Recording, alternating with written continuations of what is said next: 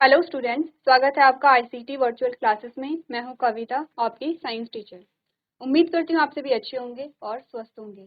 So class हम यहां पे कंटिन्यू करेंगे अपना chapter number 5 that is fundamental unit of life यानी कि सेल।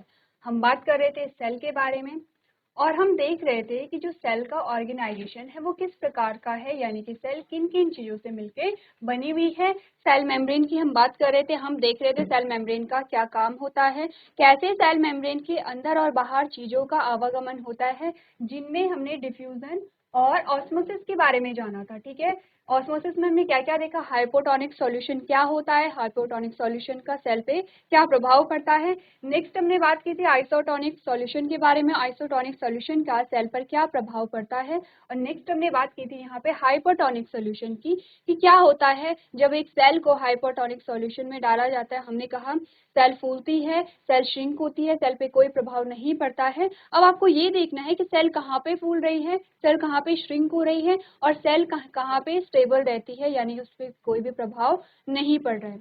यहाँ तक की बात हम कर चुके थे और आज हम यहाँ पे बात करेंगे सेल मेम्ब्रेन की।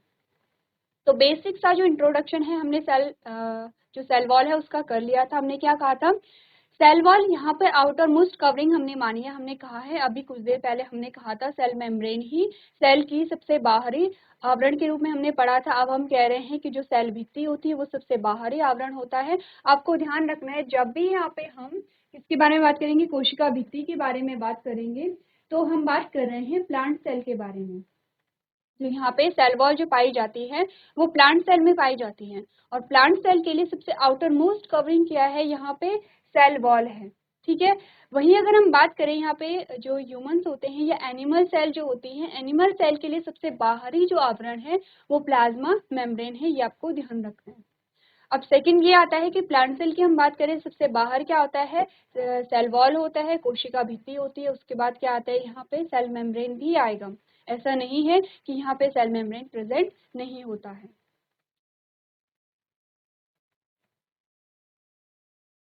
चलिए, ये बात की हमने सेल मेम्ब्रेन की, सेल वॉल की। ठीक है, नेक्स्ट जो हेडिंग हमारे पास आती है वो है न्यूक्लियस। अब हम बात करेंगे न्यूक्लियस के बारे में। जब हम सेल का ऑर्गेनाइजेशन देख रहे थे तो हमने इन्हीं तीन चीजों की बात की थी। क्या क्या हमने कहा था, हमने कहा था ये एक सेल है, ये क्या है, सेल मेम्ब्रेन है। अब ये हम यहाँ पे सेल वॉल को नहीं दिखा रहे हैं, इसका मतलब अभी तक ये क्या है, एनिमल सेल है। हमने कहा ये सेल मेम्ब्रेन है और यहाँ पे क्या है, साइटोप्लाज्म है और ये क्या है, न्यूक्लियस है। ठीक है, इन तीन चीजों के बारे में हमने बात की है। तो हमने सेल मेम्ब्रेन के बारे में बात कर ली है। हम बात करेंगे न्यूक्लियस के बारे में। क्या होता है न्यूक्लियस, यहाँ पे लिखा है न्यूक्लियस ब्रेन ऑफ सेल, यानी कि हम न्यूक्लियस को क्या कह रहे हैं, ब्रेन कह रहे हैं। अब ब्रेन, सबसे पहले आपको ये देखना है ब्रेन क्यों कहा जा रहा है, ब्रेन का क्या काम होता है।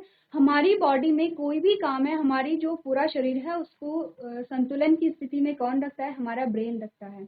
हम जो भी काम करते हैं, हम जो भी सोचते हैं, हम जो भी एक्टिविटी यहाँ पे कर रहे हैं, हर चीज के लिए जो कमांड दे रहा है वो है हमारा ब्रेन, यानी कि हमारा जो ब्रेन है वही हमें रेगुलेट कर रहा है।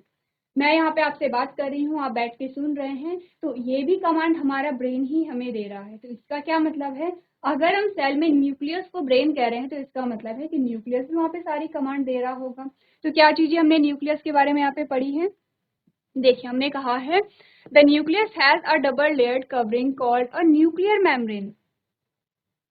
कह रहे हैं कि जो न्यूक्लियस है, न्यूक्लियस के बाहर यहाँ पे दो लेयर होती हैं, दो कवरिंग होती हैं, जिसे हम क्या कहते हैं, न्यूक्लियर मेम्ब्रेन हम जिन्हें कहते हैं। ठीक है, ये बात आपको हमेशा ध्यान रखनी है। न्यूक्लियस है और न्यूक्लियस के बाहर क्या होती है, यहाँ पे डबल लेयर होती है। ठीक है, डबल कवरिंग होती है, जिन्हें हम क्या कहते हैं, न्यूक्लियर मेम्ब्रेन कहते हैं। अब आपको पता चल गया है न्यूक्लियस क्या होता है और न्यूक्लियर मेम्ब्रेन क्या होता है।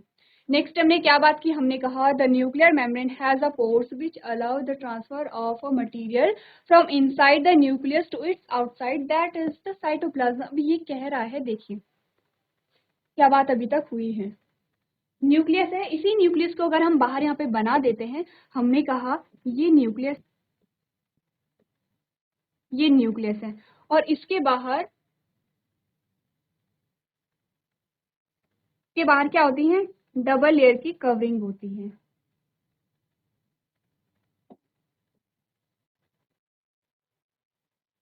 ये कवरिंग है। अब ये कह रहा है कि ये जो कवरिंग है, ये अंदर न्यूक्लियस है, ये जो कवरिंग है इसमें छोटे छोटे पोर्स होते हैं, छोटे छोटे क्या होंगे, छिद्र यहाँ पे होंगे। क्या काम होता है इन छिद्रों का? इन छिद्रों का वही काम होता है जो कि हम प्लाज्मा मेम्ब्रेन में पढ़ रहे थे। प्लाज्मा मेम्ब्रेन में क्या हो रहा था, जो मटेरियल है वो आर पार हो रहा था, जैसे गैसों का विनिमय हो रहा है, पानी का यहाँ पे क्या हो रहा है, विनिमय हो रहा है। तो यहाँ पे जो न्यूक्लियस है, न्यूक्लियस के बाहर न्यूक्लियस किससे घिरा हुआ है, न्यूक्लियर मेम्ब्रेन से घिरा हुआ है, ठीक है। और न्यूक्लियर मेम्ब्रेन में छोटे छोटे छिद्र हैं, तो वो छिद्र क्यों हैं, ताकि जो न्यूक्लियर मेम्ब्रेन के अंदर जो मटेरियल है वो बाहर आ सके और बाहर का जो मटेरियल है वो अंदर जा सके। लेकिन यहाँ पे भी सेम वही चीज है, जिस भी चीज की आवश्यकता, जिस भी चीज की नीड सेल को होती है वही अंदर जाएगा, जिस चीज की नीड सेल से बाहर होगी, न्यूक्लियस से बाहर होगी, वही न्यूक्लियस से बाहर आता है। तो ये चीजें आपको क्या करनी है, ध्यान में रखनी है। नेक्स्ट हमने क्या बात की, हमने कहा the nucleus contain a chromosomes which are visible as rod shape structure only when the cell is about to divide. अब ये कह रहा है कि न्यूक्लियस के अंदर क्या होता है, क्रोमोसोम्स होते हैं, ठीक है। क्या ध्यान रखना है आपने, न्यूक्लियस के अंदर क्रोमोसोम्स होते हैं। अब क्रोमोसोम रॉड शेप के दिखते हैं, ठीक है। ये कह रहा है जो क्रोमोसोम है वो रॉड शेप के दिखते हैं।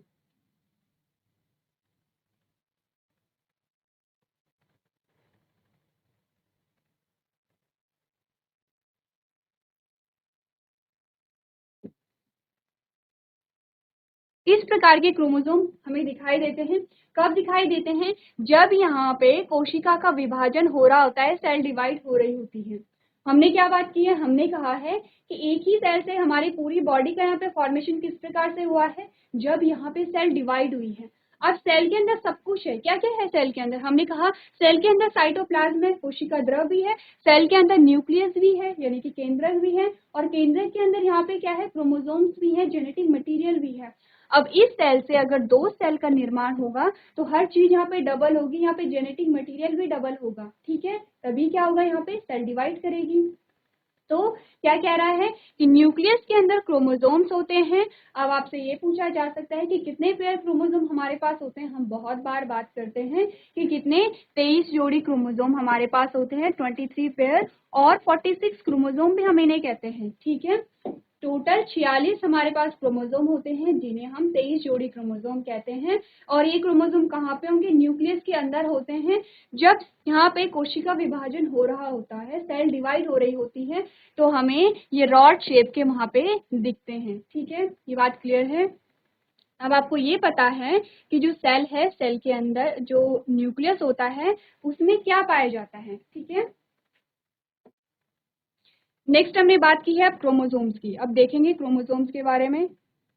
देखिए क्रोमोसोम्स के बारे में आपको क्या बताया गया है, contain information for the inheritance of a features from parents to next generation in form of DNA, ठीक है।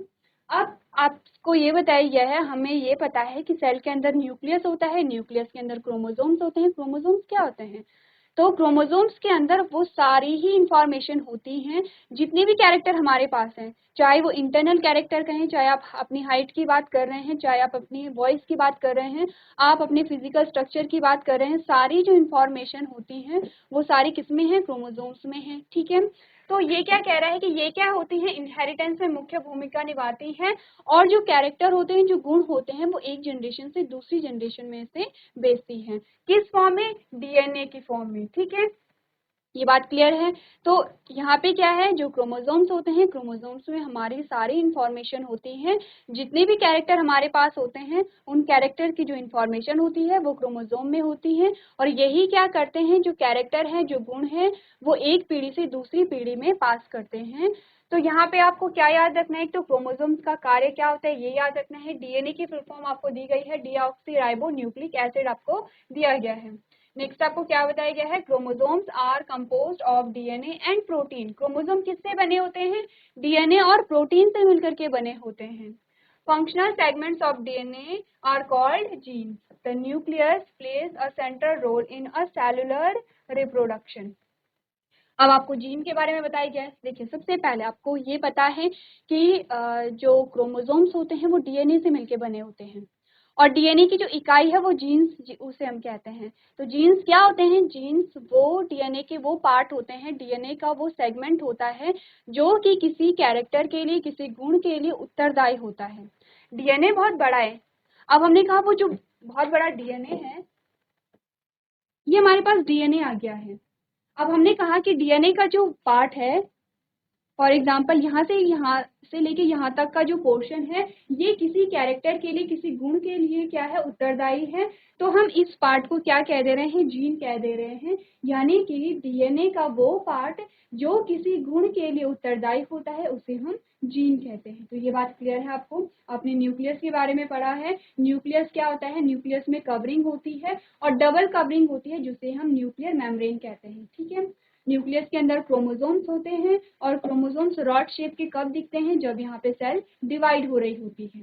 अब क्रोमोसोम के बारे में आपको बताया गया है कि क्रोमोसोम में इंफॉर्मेशन होती है, जो जितनी भी जेनेटिक इंफॉर्मेशन होगी हमारी, वो सारी किस में होंगी? क्रोमोसोम में होंगी। किससे मिलकर बने होते हैं? डीएनए और प्रोटीन से मिलकर बने होते हैं। अब डीएनए में आपको ये बताया गया कि जो डीएनए की इकाई होती है उसे हम क्या कहते हैं? जीन कहते हैं। सेम यही चीज आप यहाँ पे पढ़ लेंगे। आपने क्या देखा? केंद्रक में एक दोहरी परत, केंद्रक में एक दोहरी परत वाला आवरण होता है जिसे केंद्रक झिल्ली कहते हैं। ठीक है। केंद्रक झिल्ली किसे कह रहे हैं? न्यूक्लियर मेम्ब्रेन को ही केंद्रक झिल्ली कह रहे हैं। परमाणु झिल्ली में छिद्र होते हैं जो सामग्री को नाभिक के अंदर से उसे बाहर यानी कि साइटोप्लाज्म में स्थानांतरित करने की अनुमति देते हैं। अब ध्यान दीजिए, जो न्यूक्लियस है उसका बाहरी वातावरण क्या है? साइटोप्लाज्म है। यहाँ पे हमने जब सेल को बनाया था और हमने क्या कहा? न्यूक्लियस है। न्यूक्लियस के बाहर क्या है? साइटोप्लाज्म है। तो जो भी चीजों का विनिमय हो रहा है, जो भी चीजों का आदान प्रदान हो रहा है, किसके बीच में हो रहा है? न्यूक्लियस और साइटोप्लाज्म के बीच में हो रहा है। ठीक है। ये बात आपको क्या करनी है? ध्यान में रखनी है। नेक्स्ट हमने क्या बात की? हमने कहा केंद्रक में गुणसूत्र होते हैं। गुणसूत्र किसे कहा जा रहा है? क्रोमोसोम्स को ही हम क्या कहते हैं? गुणसूत्र कहते हैं, जो छड़ के आकार की संरचनाओं के रूप में तभी दिखाई देते हैं जब कोशिका विभाजित होने वाली होती है। यानी कि जो क्रोमोसोम का हमने स्ट्रक्चर देखा वो कब दिखाई देता है? जब सेल यहाँ पे डिवाइड होने वाली होती है, सेल का विभाजन होने वाला होता है। हमने कहा है कि जो क्रोमोसोम होते हैं वो क्या होते हैं? डीएनए यानी कि डीऑक्सीराइबोन्यूक्लिक एसिड अणुओं के रूप में माता पिता से अगली पीढ़ी तक सुविधाओं की विरासत की जानकारी रखते हैं। यहाँ पे क्या है? सुविधाओं जो शब्द है उससे ज्यादा क्या है कि जो कैरेक्टर होते हैं, जो गुण होते हैं, वो क्या होते हैं? जो अब आपने कुछ ऐसे सेंटेंस सुने होंगे, ये जो व्यवहार है, ये जो गुण है, ये जो कैरेक्टर है, हमें विरासत में मिला है। विरासत का क्या मतलब होता है? जो कि हमें हमारे पेरेंट, हमारे ग्रैंड पेरेंट से मिला होता है। क्रोमोसोम डीएनए और प्रोटीन से बने होते हैं। डीएनए के कार्यात्मक खंड को हम क्या कहते हैं? जीन कहते हैं। कोशिकीय प्रजनन में केंद्रक एक केंद्रीय भूमिका निभाता है। ठीक है। ये बात की हमने किसकी? न्यूक्लियस की। अब न्यूक्लियस के बेसिस पे हमारे पास दो प्रकार के जीव आते हैं। ठीक है। यानी कि केंद्रक के आधार पर हमारे पास दो जीव आते हैं। उनमें से एक है प्रोकैरियोट्स और दूसरा है यूकैरियोट्स। ठीक है। अब प्रोकैरियोट्स क्या होते हैं? यहाँ पे प्रो का मतलब होता है प्रिमिटिव, प्रिमिटिव का मतलब होता है पुराने, और पुराने से मतलब है यहाँ पे कि जिन जीवों का बहुत ज्यादा डेवलपमेंट नहीं हुआ होगा। क्योंकि अगर हम पुरानी चीजों की बात करें, चाहे हम कोई भी चीज यहाँ पे ले लेते हैं, कोई भी उपकरण हम यहाँ पे ले लेते हैं, तो हम पुरानी अगर चीजों की बात करते हैं तो उनका डेवलपमेंट उतना नहीं होता है। जैसे कि अगर हम बात करें मोबाइल फोन, तो स्टार्टिंग में जो मोबाइल फोन आते थे तो वो कीपैड वाले आते थे, और आज के टाइम पे आप देखेंगे तो स्मार्टफोन यहाँ पे आते हैं। तो क्या है? जो पुराना फोन है वो ज्यादा डेवलप नहीं है।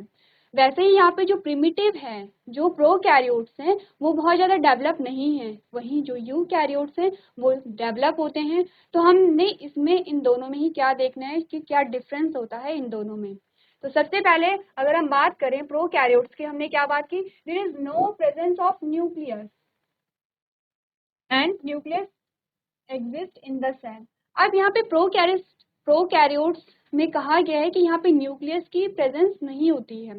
तो क्या होता है कि यहाँ पे न्यूक्लियस क्या होगा? अगर होगा भी तो न्यूक्लियर मेम्ब्रेन यहाँ पे नहीं होता है, इसलिए स्पष्ट रूप से जो न्यूक्लियस है वो नहीं दिखाई देता है। न्यूक्लियस अगर कहीं पे होगा भी तो उसमें न्यूक्लियर मेम्ब्रेन नहीं होती है, केंद्रक झिल्ली नहीं होती है। केंद्रक झिल्ली क्या करे? न्यूक्लियस को एक जगह पे रख रही है। अगर केंद्रक झिल्ली नहीं होगी तो न्यूक्लियस स्पष्ट नहीं दिखाई दे रहा है, इसीलिए कहा जा रहा है कि इनमें न्यूक्लियस होता ही नहीं है। ठीक है, वहीं यूकैरियोट्स की बात करें तो यहाँ पे स्पष्ट रूप से केंद्रक दिखाई देता है। ठीक है, क्या बात की हमने कहा प्रोकैरियोट्स में जो न्यूक्लियस है वो हमें स्पष्ट रूप से नहीं दिखाई देता है, इसीलिए हम कह देते हैं कि जो न्यूक्लियस है वो यहाँ पे क्या है, एब्सेंट है। सेकेंड अगर हम चीज देखें, हमने कहा a single chromosome is present, single chromosome यहाँ पे प्रेजेंट हो सकता है। देयर आर मल्टीपल क्रोमोसोम्स, अगर हम बात करें यूकैरियोट्स की कि यहाँ पे क्या होते हैं, मल्टीपल क्रोमोसोम्स होते हैं। नेक्स्ट हमने क्या कहा, दे अंडरग्रो एसेक्सुअल रिप्रोडक्शन, तो जो प्रोकैरियोट्स होते हैं, जो जीव प्रोकैरियोट्स होते हैं उनमें एसेक्सुअल रिप्रोडक्शन ही पाया जाता है। ठीक है, जैसे कि वो जीव क्या होते हैं, उनमें वृद्धि के साथ साथ वहाँ पे क्या होता है, जो रिप्रोडक्शन की प्रोसेस हो जाती है।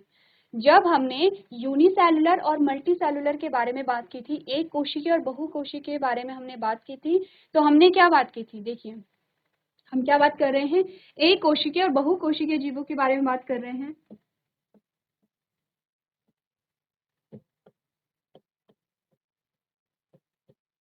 यह एक कोशिकीय जीव, और हम बात कर रहे हैं बहुकोशिकीय जीवों के बारे में।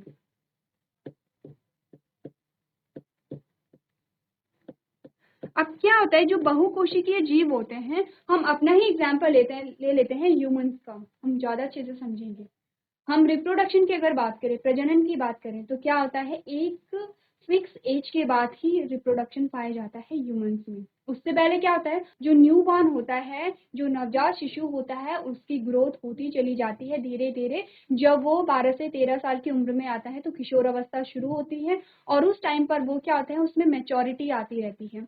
तो क्या होता है, फिर एक एज के बाद वो मैच्योर जब हो जाता है तो तब रिप्रोडक्शन होता है। ये बात चल रही है बहुकोशिकीय जीवों की। ठीक है, ये बात चल रही है मल्टी सेलुलर ऑर्गेनिज्म की। वही हम बात करें एक कोशिकीय जीवों की, क्या हो रहा है एक कोशिकीय जीवों में, एक कोशिकीय जीवों में क्या होता है, जैसे कि उसमें क्या होता है, जो सेल है, कोई छोटी सी सेल होती है, ये कोई छोटी सी सेल है। अब इस सेल का क्या हो रहा है, यहाँ पे वृद्धि हो रही है, और जैसे जैसे वृद्धि हो रही है वैसे वैसे ये जो सेल है ये दो पार्ट में डिवाइड हो रही है, और लास्ट में यहाँ पे क्या है, दो सेल का निर्माण हो गया है। क्या हो रहा है, यहाँ पे वृद्धि के साथ साथ रिप्रोडक्शन हो रहा है, एसेक्सुअल रिप्रोडक्शन यहाँ पे हो रहा है, यानी कि अलैंगिक जनन यहाँ पे हमें देखने को मिल रहा है।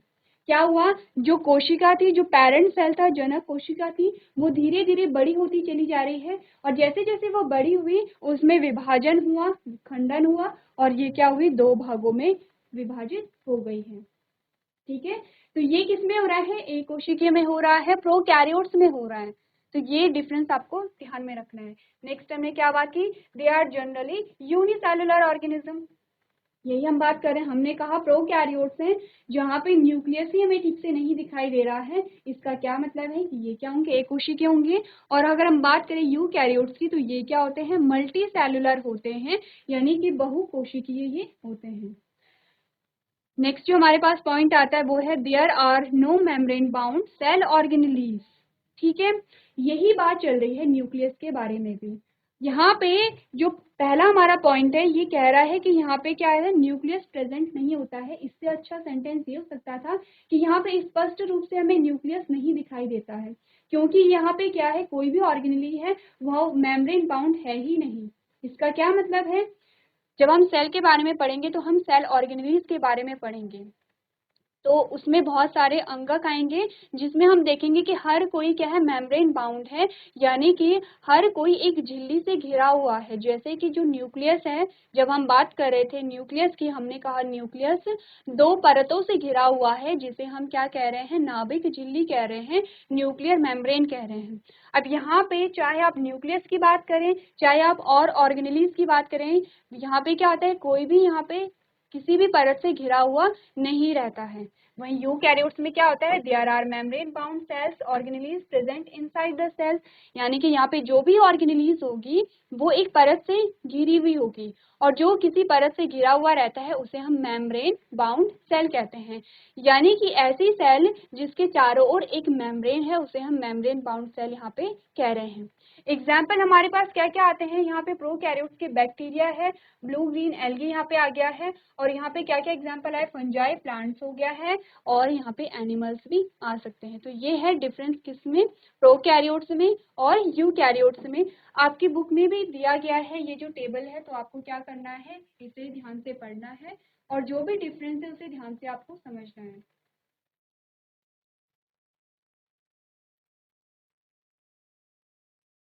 चलिए, तो हमने पढ़ा है यहाँ पे डिफरेंस के बारे में। अब देख लेते हैं कि जो सेल्स होती हैं प्रोकैरियोट्स और यूकैरियोट्स वो कैसी दिखाई देती हैं। तो सबसे पहले बात करेंगे यूकैरियोट सेल की। ये क्या है, बैक्टीरियल सेल आपको दिखाई गई है, और यहाँ पे देखिए इसमें क्या होता है, ये इसका जेनेटिक मटेरियल है। अब इसका जेनेटिक मटेरियल क्या है, फैला हुआ है, क्योंकि यहाँ पे कोई भी क्या है, मेम्ब्रेन नहीं है। अगर मेम्ब्रेन होती तो हम क्या कहते हैं, ये न्यूक्लियस है। वहीं अगर हम प्रोकैरियोट सेल की बात करें तो यहाँ पे हमने क्या देखा, जो न्यूक्लियस है ये क्या है, न्यूक्लियस है। ये न्यूक्लियस आ गया बीच में, ये जो आपको दिखाई दे रहा है, और बाहर क्या है, जो आपको मेम्ब्रेन दिखाई दे रही है वो क्या है, यहाँ पे न्यूक्लियर मेम्ब्रेन है। पहला डिफरेंस हमें यहाँ पे दिखाई दे रहा है कि क्या क्या यहाँ पे डिफरेंस होते हैं। आपको ऐसे ही क्या करना है, जब आप प्रोकैरियोट्स और यूकैरियोट्स में डिफरेंस को बताएंगे तो आप यहाँ पे जो भी डिफरेंस आपने लिखे हैं, चाहे आप यहाँ पे न्यूक्लियस के बारे में बता रहे हैं, चाहे आप और ऑर्गेनेलिज के बारे में यहाँ पे बता रहे हैं, तो वो डिफरेंस आप यहाँ पे बताएंगे।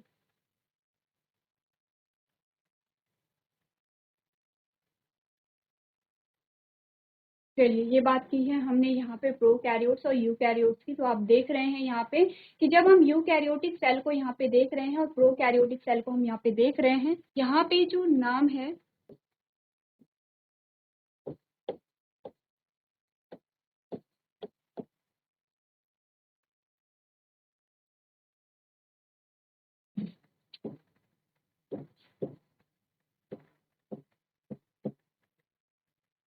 ये हमारे पास प्रोकैरियोट्स हैं और ये हमारे पास क्या आता है, यूकैरियोट्स आता है। ये प्रिमिटिव सेल है हमारे पास, और यूकैरियोटी क्या है, वेल डेवलप्ड सेल है।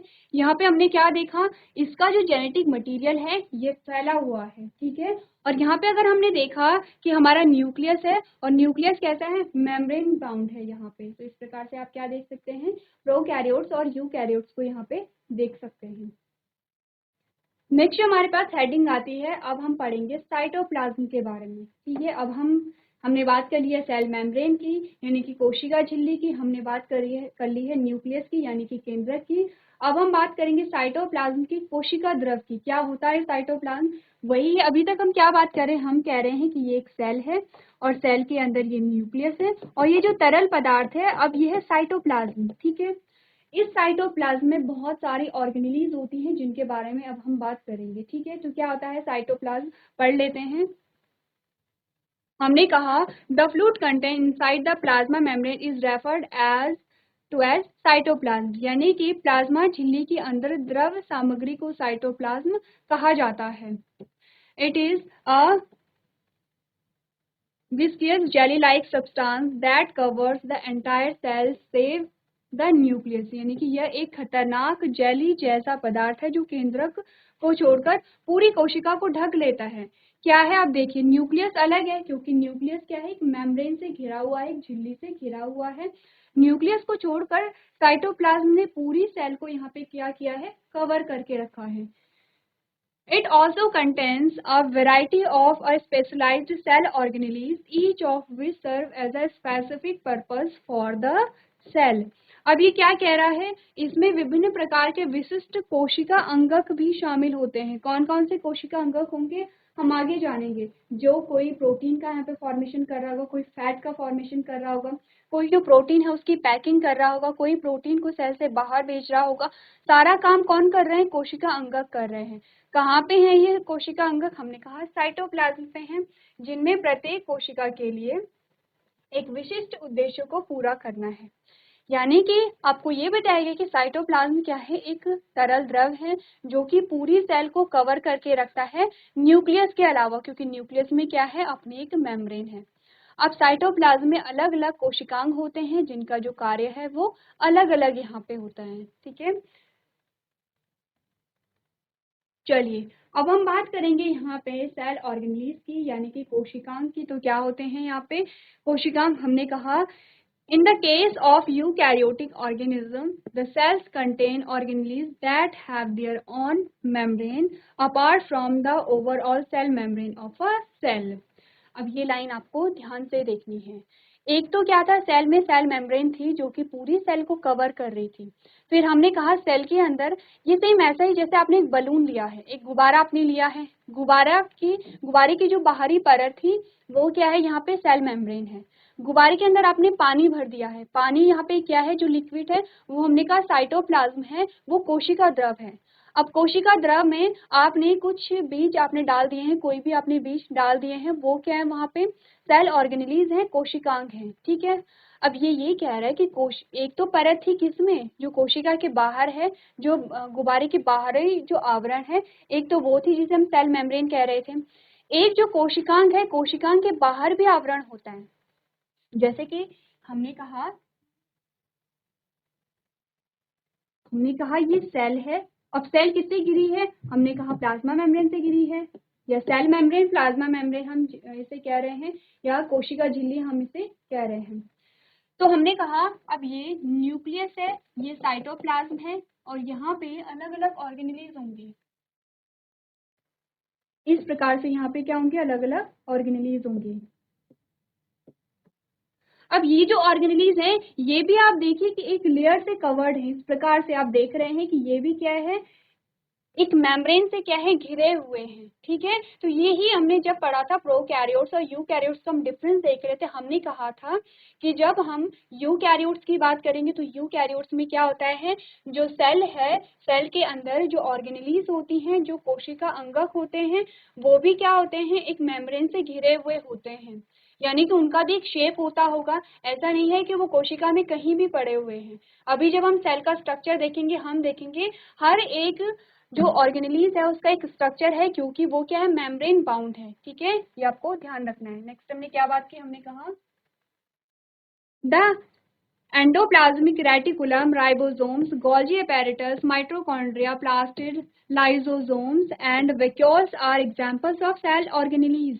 अब हम काफी टाइम से सेल ऑर्गेनेल्स की बात कर रहे हैं, कोशिका अंगकों की बात कर रहे हैं, तो क्या क्या होते हैं वो तो आपको बताया गया। एंडोप्लाज्मिक रेटिकुलम, राइबोसोम्स, गोल्गी उपकरण, माइटोकॉन्ड्रिया, प्लास्टिड, लाइसोसोम और रिक्तिकाएं क्या होती हैं, कोशिका अंग के उदाहरण होते हैं। ये सारी चीजें कहाँ पे पाई जा रही हैं, जो साइटोप्लाज्म है, साइटोप्लाज्म में पाई जा रही हैं। नेक्स्ट हमने क्या कहा, they are vital since they perform some of the most important jobs in a cell. वे महत्वपूर्ण हैं क्योंकि वे कोशिकाओं में कुछ सबसे महत्वपूर्ण कार्य करते हैं, ठीक है।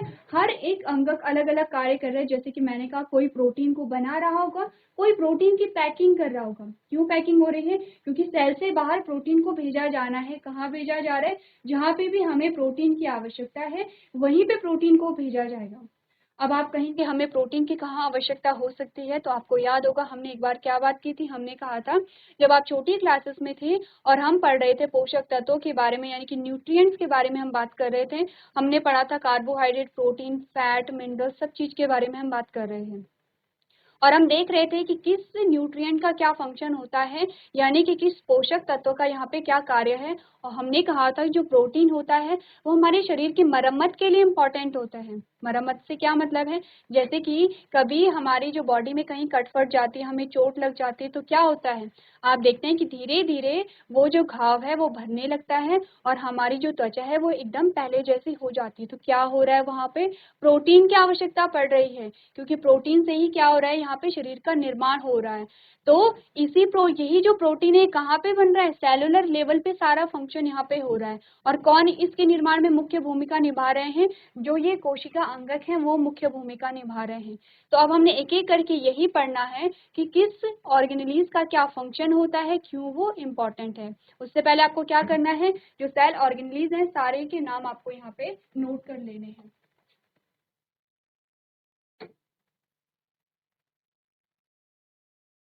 तो क्लास आज के सेशन में हम इतना ही करेंगे। आपको क्या करना है, जो ऑर्गेनेल्स हैं उनके बारे में पढ़ के लेके आना है। कल हम बात करेंगे एक एक ऑर्गेनेल्स के बारे में और देखेंगे किसका यहाँ पे क्या कार्य होता है। तो अभी तक क्लास में बने रहने के लिए आपका धन्यवाद।